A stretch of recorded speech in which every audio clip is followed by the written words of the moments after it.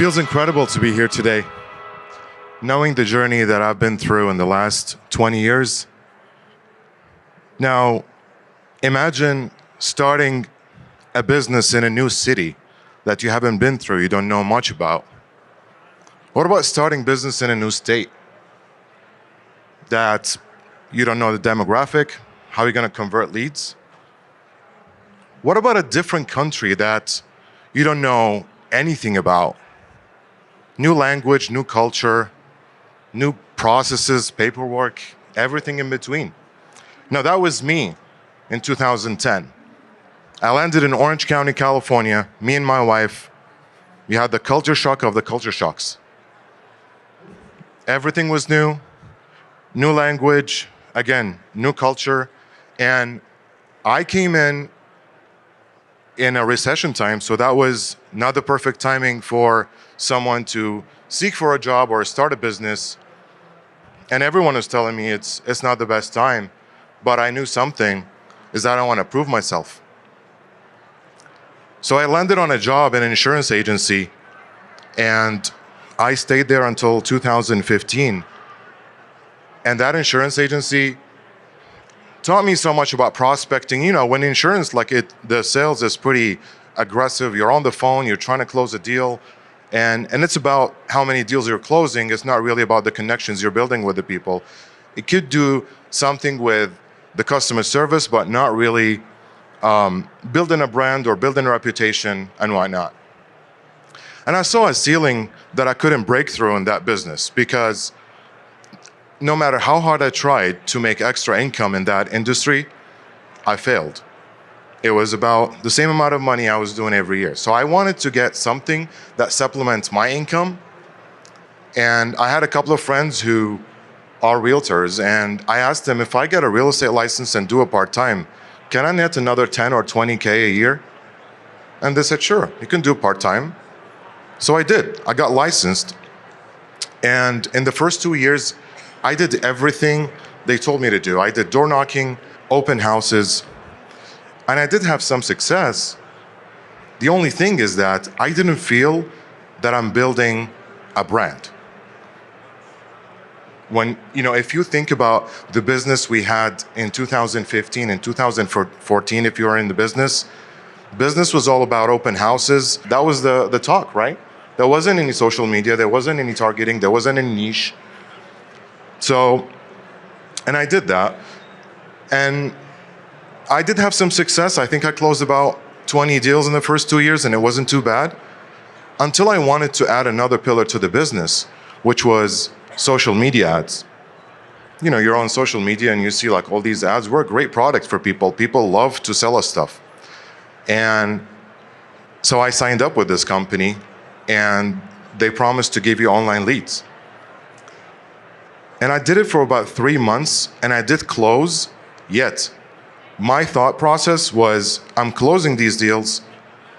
Some of them are failure and some of them are success, but they're not really giving me the opportunity to look further and say, I'm building a business. You see, building a business is like raising a child. If you give it love, attention, and the time, not only you will have a predictable future, but it will feed you back and your family in the future. And that was my idea. And I thought, well, during that time, I wanted to buy a house. And I didn't know anything before getting into real estate about the process. So I thought, there are so many people like me who needed some help. A lot of people who came in the last 5, 10, 15 years in the business who needed help, manifesting this process or going through it. So I said, what about doing the same Facebook ads and targeting only people that speaks my language? I thought it's a crazy idea, but I thought I'm just gonna give it a go. And I did, and the first time was early 2019. I did a basic ad. It was simply introducing myself to the community, and I couldn't even call those leads because of the amount of calls I started getting. It was overwhelming to the point that this was amazing. So that was 2019, I stayed running those ads. I had an amazing success. I start getting calls out of those, and this is the beauty of it. When you run those ads for a long period of time, think about it as you're farming. So if you're in front of your clients all the time, you'll get free leads. You'll get calls from people who saw your ad repetitively day in and day out. And that's what happened. And then I heard Gary talks about MOFIRs, making offers for immediate response. And I said, well then, will that be better? Let me go and try it out. So I started addressing all the problems that the buyers or sellers have in the current market. And this was 2020 until today. That's all I did. And examples of that in today's market would be, do you have a problem finding a home with a low interest rate? You know, there are so many sellers are willing to do a 2-1 buy down or 3-1 buy down and you know, similar products. I also addressed the fact about the new builds. In California, I don't know about your states, but in California, we don't have an MLS that shows you all the new homes. The new homes pops up and maybe you'll hear about it after 2-3 months. Sometimes by that time, it's over. There's no homes, they're all reserves, and the deal is done. So I started having lists of those new builds. I know about the areas, I know about the new builds that are coming up, and my ads will say something like, if you're looking for a new home and you want to get notified right away, in your area, with a low interest rate, on a selected homes, then click on this button and I'll be in touch. The conversion on those leads after I did Gary's MOFIRs was 1 out of 10. So every 10 people I get, one of them becomes a client. Now, I love this so much because it's a lot easier building a brand out of social media. Like right now, and I think that resonates with most of us, 10 years ago, the average agent will probably do 5 to 6 to 10 leads, to 10 deals a year. But right now, we start hearing like 100 and 200 and 500 and 1,000. And all of this because the brand build is a lot easier than it was 10 years ago. Imagine 10 years ago, there wasn't social media that can support your business. You can only do open house signs, you can do farming, and it's gonna be a lot of hard work. Now you have a product that you can utilize by putting a budget every month and being a marketing-based versus prospecting-based. Have you ever like sit on a couch and talk about something and then you open your social media and this is the first thing you see in front of you? Well, they're getting this to you. All you need to do is to hire it and employ it to your business and utilize it to the best of its ability, because algorithm changes, and it does change every now and then. If you know what's working today, that doesn't mean it's going to work tomorrow, and that did happen to me. But start doing those social media ads, because to me, this is a guaranteed business. This is exactly why I start running it. Now, many of you would think, well, what kind of niche I should be targeting?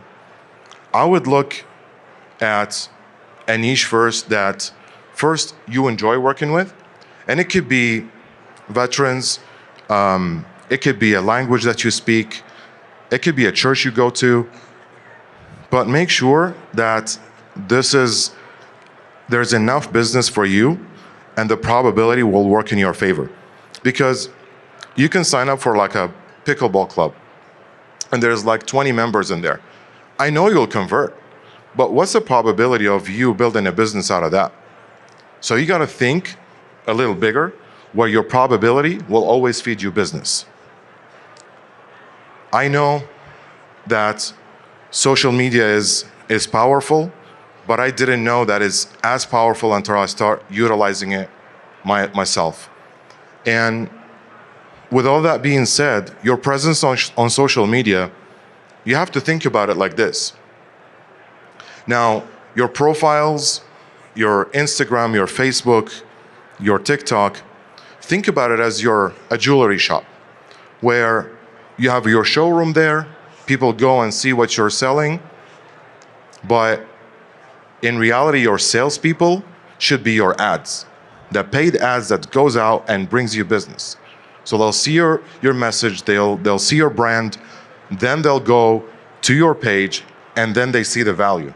And if these two elements connected, then you have a client. The beauty of it is the trust that you gain from these clients is just amazing. I was sitting in a cafe with a couple of friends, that was a year or two ago, and a couple of gentlemen approached me and said, that gentleman said, you're the best realtor in town. And so I'm like, thank you, that's awesome. I ended up selling both of them homes, and then he was working for them. So these are like the partners in the business. So netting like about, I think 5 million in volume from sitting there alone, this is free leads. This is strictly free. But that wouldn't happen if I wasn't running those ads and being in front of people for a long period of time. You got to think about it as farming. If you're going to be working that niche, you have to think long term. Everyone that did farming knows that exact thing. You have to do it at least for 1, 2 years, 3 years before you bet on and see the fruits. So when you do that, then you have a recognizable brand. People will resonate with you.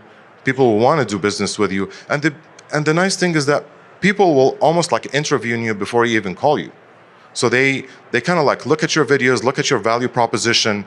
By the time they call you, they're already warm. They're already ready to do business with you. So I would leave you with this. You cannot be everything to everyone, but I know you can be something special to the right people. So go find that niche, because I know that every one of you have people that are ready and willing to do business with you.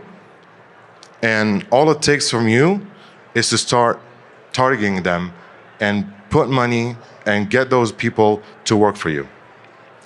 Thank you so much. I hope this was impactful to you. I appreciate you all.